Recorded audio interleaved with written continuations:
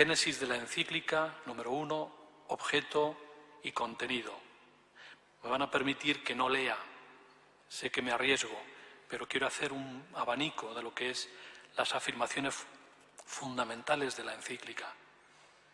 El objetivo de la encíclica es afrontar algunas cuestiones de teología fundamental, a diferencia del catecismo, que hace una articulación completa.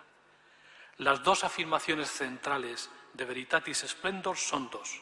Son, fundamentalmente, la existencia de actos intrínsecamente ilícitos. Veritatis Splendor, entre ellos el número 80. La conciencia moral, segunda afirmación, no crea la ley moral, no crea la verdad, sino que la reconoce, la venera. Las dos raíces profundas de esta crisis moral son la fractura, es el hilo conductor de la encíclica, del nexo entre libertad y verdad, y por lo tanto el divorcio entre fe y moral. Las tres partes, en la estructura que se divide la encíclica, capítulo primero, el encuentro de Jesús con el joven rico, una reflexión sapiencial a partir de la Escritura. Segundo capítulo, 4 grandes temas troncales que afronta para su discernimiento: libertad y ley, conciencia y verdad, elección fundamental y algunos comportamientos concretos. Y cuarto, el acto moral y sobre todo la definición del objeto ético. La tercera parte es la importancia del testimonio en la Iglesia, la martiría, no solo con el martirio, sino con la vida bautismal. Punto número 2. Cristocentrismo moral de la encíclica y la renovación moral. La base de la renovación teológica estriba en el contacto directo con la Sagrada Escritura, alma de la teología. La Escritura, dice Pinker's, se va a convertir en fuente de doctrina moral, en motivo de reflexión durante toda la encíclica. Si de algo habla la Escritura, es una verdad eminentemente práctica, nos enseña cómo salvarnos o nos enseña cómo imitar a Cristo. Primero, necesidad de una moral cristocéntrica.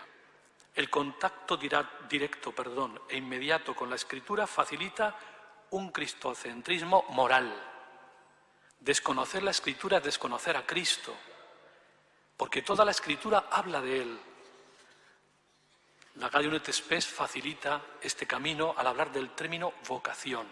Vocación, ¿quién llama? Jesús. ¿A qué nos llama? A la santidad. De esto habla la moral.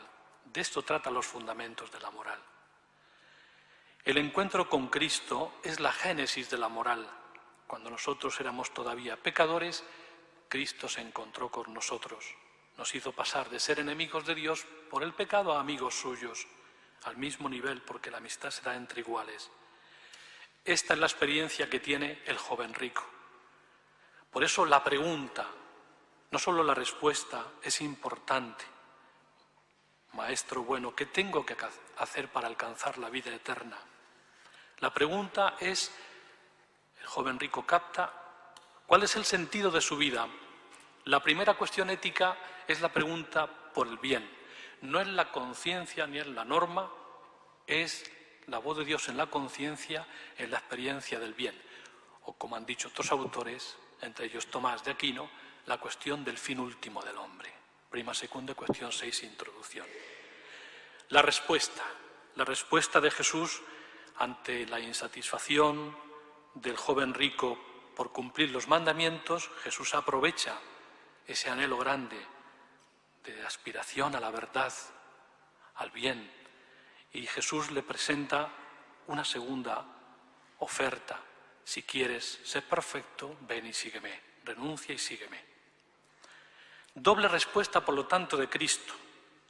O si queréis una respuesta, si lo prefieren ustedes, en dos tiempos. Primero, invitación al cumplimiento de los mandamientos.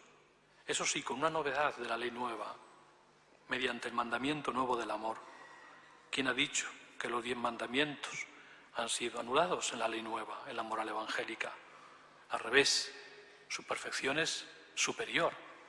como Jesucristo, con un corazón de un yo humano, un corazón humano de un yo divino, que es capaz de cumplir con las virtudes de Cristo, y nosotros somos capaces de participar de sus virtudes y de su perfección en la vivencia de los 10 caminos para la libertad. La segunda invitación de Jesús: si quieres ser perfecto, vende todo lo que tienes, dalo a los pobres, tendrás un tesoro en el cielo, y ven y sígueme.